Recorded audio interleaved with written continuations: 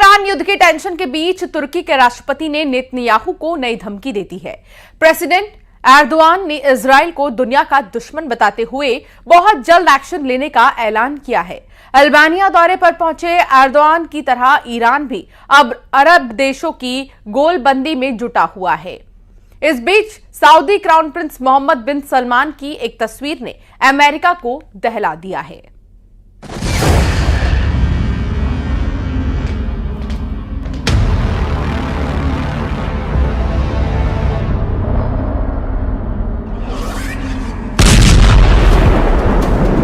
Lebanon की तरफ से हिजबुल्लाह द्वारा दागे गए मिसाइल और रॉकेट लगातार इजराइल को परेशान कर रहे हैं। कुछ ऐसे मिसाइल या रॉकेट होते हैं जिनको हम जाने देते हैं, उन पर अपने संसाधन को खर्च नहीं करते। कई सारी कब्रें यहाँ पर देखिए तबाह हो गई हैं। एक रॉकेट आके गिरा है जिसकी वजह से तबाही का जो मंजर है वो आप देख सकते हैं। यहाँ पर देखिए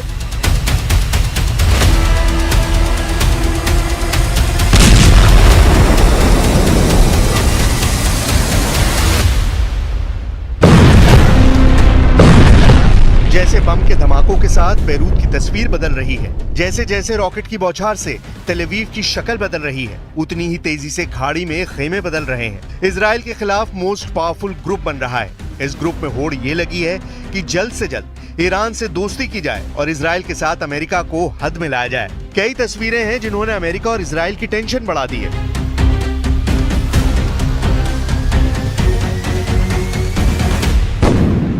तस्वीर नंबर 1 देखिए, जहां तुर्की नेवी का शिप लेबनान में एंट्री कर रहा है।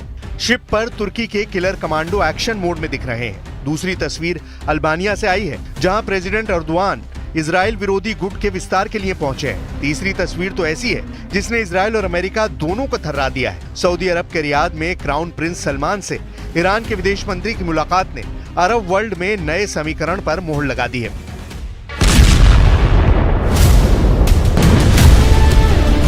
वॉर जोन में दिख रहे बारूदी तहलके से ज्यादा तपिश इन तस्वीरों में है। तेहरान में जल रहे इजराइल और अमेरिका के झंडे क्या कह रहे हैं? क्या ईरान ने सऊदी अरब को साथ लिया है? क्या खाड़ी के सभी पावरफुल नेशन पर खामिनेई की अपील असर कर गई है? सऊदी क्राउन प्रिंस मोहम्मद बिन सलमान और ईरान के विदेश मंत्री अब्बास अराक्ची की मीटिंग में युद्ध तनाव पर चर्चा हुई है। प्रिंस सलमान ने ईरान के विदेश मंत्री से वॉर टेंशन कम करने का वादा भी किया है। सऊदी प्रिंस से मीटिंग के बाद ईरान के विदेश मंत्री कतर का दौरा करेंगे। खाड़ी में अमेरिका के सबसे करीबी दो मुल्क सऊदी अरब और कतर को माना जाता है। अगर ये दोनों देश ईरान के खेमे में गए तो इजराइल का बचना मुश्किल होगा। वजह यह भी है कि तुर्की जैसा ताकतवर देश अरब वर्ल्ड में फूट डालकर खुद को खलीफा साबित करने में लगा है। İsrail mezalimi görüşmemizin öncelikli gündem maddeleri arasında yer aldı. Netanyahu hükümetinin bölgesel kapsamının ötesinde artık küresel düzeni tehdit eder hale gelen saldırganlıkları hakkındaki görüşlerimizi paylaştık. उधर डिप्लोमेसी फ्रंट पर इजराइल जैसे जैसे ट्रैप में फंसता दिख रहा है, उतना ही वॉर जोन में उसे झटके लग रहे हैं। इजराइल की धरती थर्रा रही है। इजराइल के आसमान में बारूद का बवंडर उठ रहा है। कभी रॉकेट अटैक तो कभी ड्रोन से मिसाइलें फट रही हैं। इजराइल के चप्पे चप्पे पर दुश्मनों के धमाके की छाप दिखाई देने लगी है। लेबनान से लगी इजराइल के सरहदी शहरों में अब किसी को सलामत होने की गारंटी नहीं है। मैं इस वक्त इजराइल लेबनान के बॉर्डर के बेहद करीब एक गांव में हूं, जहां 8 अक्टूबर को दोपहर 1 बजे एक साथ कई दर्जन रॉकेट से हिजबुल्लाह ने हमला किया था और उनके निशान आप अब भी गांव में जो घर है उनकी दीवारों पर देख सकते हैं। छोटे छोटे छेद यहां पर हुए हैं। हालांकि जो रॉकेट है वो गिरा था दूसरी बिल्डिंग पर। ये देखिए सामने की जो बिल्डिंग है उस पर रॉकेट गिरा था और उसकी वजह से दीवारें काली पड़ गई हैं। अगर हिजबुल्लाह के हमले में इजराइल को भारी नुकसान हुआ है। आईडीएफ के टॉप कमांडर को नईम कासिम के लड़ाकों ने ढेर कर दिया है। हिजबुल्लाह ने नेतन्याहू आर्मी के बड़े ऑफिसर को मारकर दहला दिया है। इजराइल फोर्सेस की एलन ब्रिगेड की 5030वीं बटालियन के सार्जेंट मेजर रोनी गनीजाते हिजबुल्लाह के हमले में मारे गए हैं। 36 साल के मेजर गनीजाते लेबनान में हिजबुल्लाह के खिलाफ जमीनी हमले में मारे गए हैं। ग्राउंड बैटल में अब तक हिजबुल्लाह ने इजराइल के 12 सोल्जर्स को ढेर किया है। अपने अफसर की मौत के बाद इजराइल ने हिजबुल्लाह के 2 कमांडर मार डाले हैं, जिसमें एक अहमद मुस्तगा अलहाज अली और दूसरा मोहम्मद अली हमदान बताया गया है। हिजबुल्लाह के दोनों top commander anti tank core के कमांडर थे। 2 टॉप कमांडरों की मौत का बदला लेने के लिए हिजबुल्लाह ने इजराइल के कब्रिस्तानों को भी बारूद से पाट दिया। यहाँ की धार्मिक मान्यता के मुताबिक उनको भी शांति नहीं है और आप यहाँ पर देखिए कि ये पूरा कब्रिस्तान टूटा फूटा है। यहाँ पर देखिए ये गवाही दे रही हैं तस्वीरें कि लोग जो हैं वो यहाँ पर अपने प्रियजनों को देखने आ रहे हैं। देखिए जिनको ये खबर पता लगी है कि कब्रिस्तान के ऊपर रॉकेट हमला हुआ है, वो लोग अपने प्रियजनों की देखिए यहाँ पर कब्रें देखने आ रहे हैं और लोग यहाँ पर लगातार जो अटैक हुआ है रॉकेट से उसको देखने आ रहे हैं। हिजबुल्लाह फाइटर इजराइल के किरियात शमोना से आगे बढ़कर अब बेत हिलेल और मयान बारूज तक मार कर रहे हैं। गैलीली में हिजबुल्लाह के रॉकेट के छर्रे से छलनी दीवारें हर जगह देखी जा सकती हैं। हिजबुल्लाह के हमलों में आई तेजी की वजह से रदवान फोर्स के नए कमांडर की तैनाती है। इजराइल मीडिया के मुताबिक रदवान फोर्स के पूर्व कमांडर हैतम अली तबातबाई को हिजबुल्लाह के मिलिट्री ऑपरेशन का चीफ बनाया गया है। हैतम अली के साथ मिलिट्री लीडरशिप में जिहाद काउंसिल के मेंबर मोहम्मद हैदर को भी सैन्य ऑपरेशन का जिम्मा सौंपा गया है। वहीं हाशिम सैफुद्दीन की मौत के बाद हिजबुल्लाह की पॉलिटिकल विंग का चीफ अब नईम कासिम को बनाया गया है।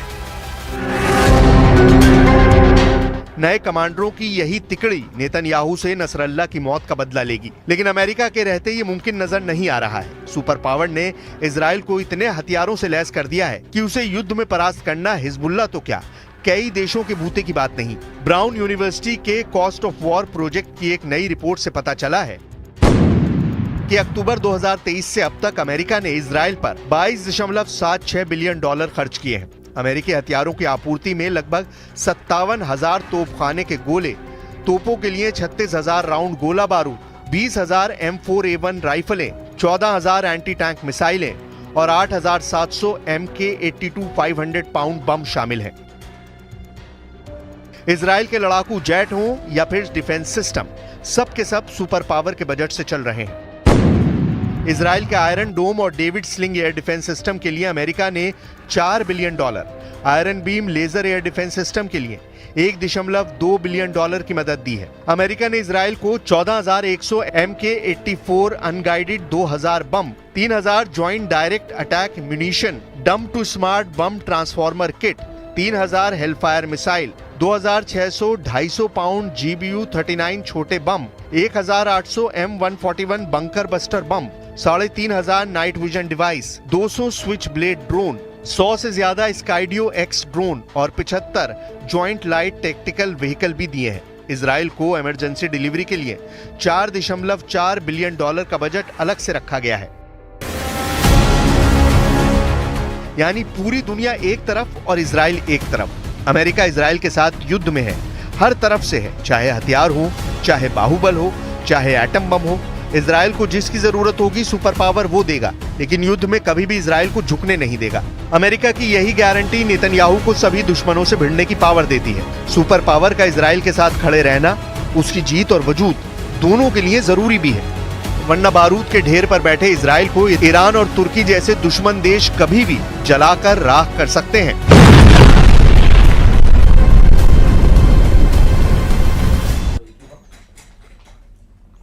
ईरान ने 1 अक्टूबर को इजराइल पर 200 मिसाइलों से हमले करके सभी को चौंका दिया था। तब से दुनिया भर के वॉर एक्सपर्ट्स ये देखने को बेचैन हैं कि इजराइल ईरान से बदला कैसे लेता है। अब लगभग 9 दिन बाद इजराइल ने ऐसा दावा किया है जो ईरान के ताबूत में आखिरी कील साबित हो सकती है। ईरान पर इजराइल बहुत बड़ा हमला करने जा रहा है और उसकी तैयारी पूरी हो चुकी है।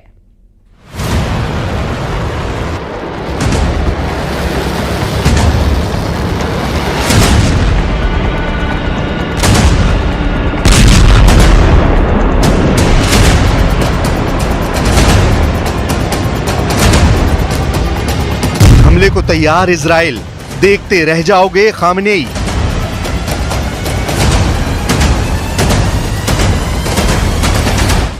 एक अक्टूबर 2024 को भले ही ईरान ने इजराइल पर 200 बैलिस्टिक मिसाइलें दागकर दुनिया को चौंका दिया हो, लेकिन अब ईरान के मिसाइल हमले के 9 दिन बाद खबर आ रही है कि इजराइल अब ईरान का हाल हिजबुल्लाह और हमास से भी बुरा करने जा रहा है।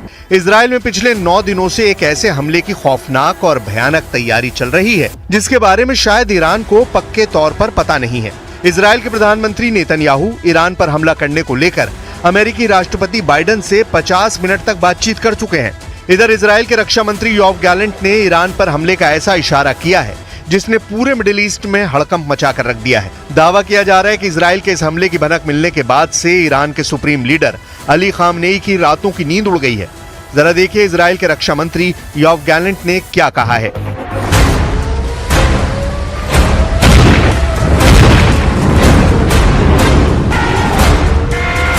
ईरान को समझ नहीं आएगा क्या हुआ और कैसे हुआ।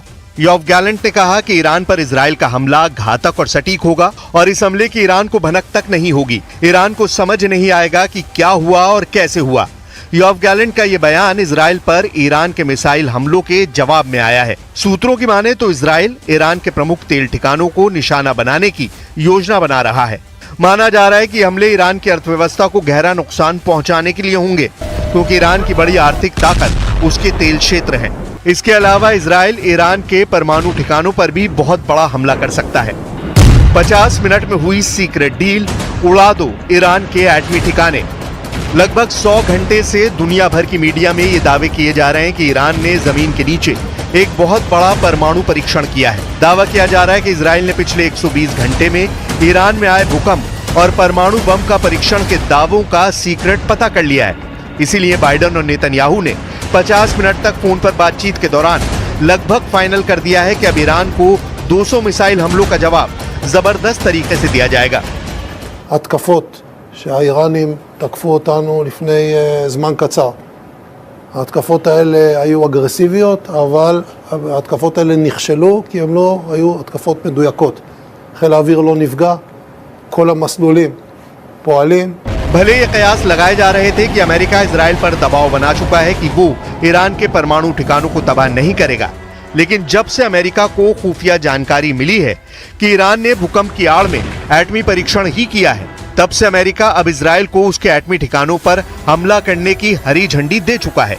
ऐसा सूत्रों के जरिए दावे किए जा रहे हैं। अब ये भी जान लीजिए कि ईरान ने 5 अक्टूबर को क्या किया था।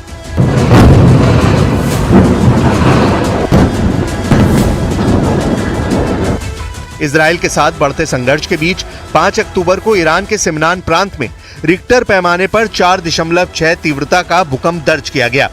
भूकंप का केंद्र कथित तौर पर सतह से लगभग 10 किलोमीटर नीचे और एक ईरानी न्यूक्लियर एनर्जी प्लांट के करीब था। ईरान के सिमनान प्रांत के कावीर रेगिस्तान में ईरान ने परमाणु परीक्षण किया है, ऐसे अब दावे किए जा रहे हैं। भूकंप के समय और परमाणु सुविधा के करीब होने के कारण इस बात की अटकलें लगाई जा रही हैं कि ईरान ने परमाणु बम का परीक्षण किया है। दावों के मुताबिक भूकंप का केंद्र सतह से लगभग 10 किलोमीटर नीचे और एक ईरानी न्यूक्लियर एनर्जी प्लांट के करीब था। भूकंप के दौरान जिस तरह की लहरें जमीन में उठती हैं, ये लहरें वैसी नहीं थी। ये लहरें वैसी थी जैसी न्यूक्लियर विस्फोट के बाद जमीन पर चलती हैं।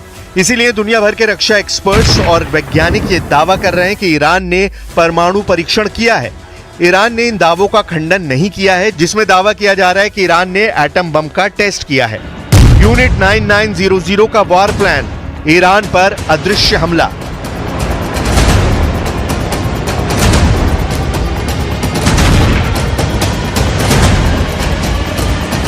ईरान पर इजराइल एक बड़ा हमला करने जा रहा है, जिसमें हवा और समुद्र के रास्ते सबसे बड़े भीषण हमले होंगे। 1 अक्टूबर को जब ईरान ने बैलिस्टिक मिसाइलों से इजराइल पर हमला किया था, तो उस वक्त ईरान की हाइपरसोनिक मिसाइल फतेह 1 और फतेह 2 ने इजरायली सैन्य ठिकानों को काफी नुकसान पहुंचाया था। उस वक्त इजराइल का एयर डिफेंस सिस्टम आयरन डोम, एरो 2, एरो 3 और डेविड स्लिंग सभी ईरानी मिसाइलों को रोक नहीं पाए थे। लेकिन इजराइल के रक्षा मंत्री का साफ कहना है कि ईरान का मिसाइल हमला नाकाम रहा है और अब हम उन पर हमला करने जा रहे हैं। जरा देखिए इजराइल डिफेंस फोर्स की जासूसी यूनिट 9900 को लेकर रक्षा मंत्री योआव गैलेंट क्या कह रहे हैं। खबरों के मुताबिक इजराइल के रक्षा मंत्री योआव गैलेंट ने आईडीएफ की खुफिया यूनिट 9900 के कमांडर्स से बातचीत की है। दावा किया गया है कि ईरान पर जबरदस्त हमले का प्लान आईडीएफ की खुफिया यूनिट 9900 ने बनाया है।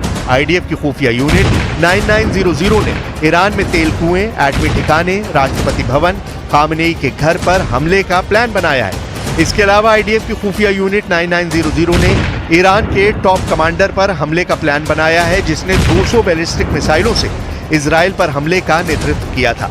खबरें ये भी हैं कि आईडीएफ की खुफिया यूनिट 9900 का वॉर प्लान इतना जबरदस्त है कि इजराइल के रक्षा मंत्री ने इशारों ही इशारों में कह दिया है कि इजराइल अब ईरान पर ऐसा हमला करने जा रहा है कि ईरान को पता ही नहीं चलेगा कि क्या हुआ, कब हुआ और कैसे हुआ। अब सवाल उठता है कि क्या इजराइल से 2000 किलोमीटर दूरी पर मौजूद ईरान पर हमला करना इतना आसान होगा, क्योंकि ईरान की मिसाइल पावर जबरदस्त है। ईरान के सुप्रीम लीडर अली खामनेई भी 4 अक्टूबर को दावा कर चुके हैं कि ईरान का मिसाइल हमला शानदार रहा है। लगभग 5 साल बाद हजारों ईरानियों के बीच में खामनेई ने ऐलान किया कि ये तो अभी इजराइल ने ईरान का मिसाइल ट्रेलर देखा है, अगर जरूरत पड़ी तो ईरान इजराइल के वजूद को मिटाने के लिए बहुत बड़ा मिसाइल हमला कर सकता है।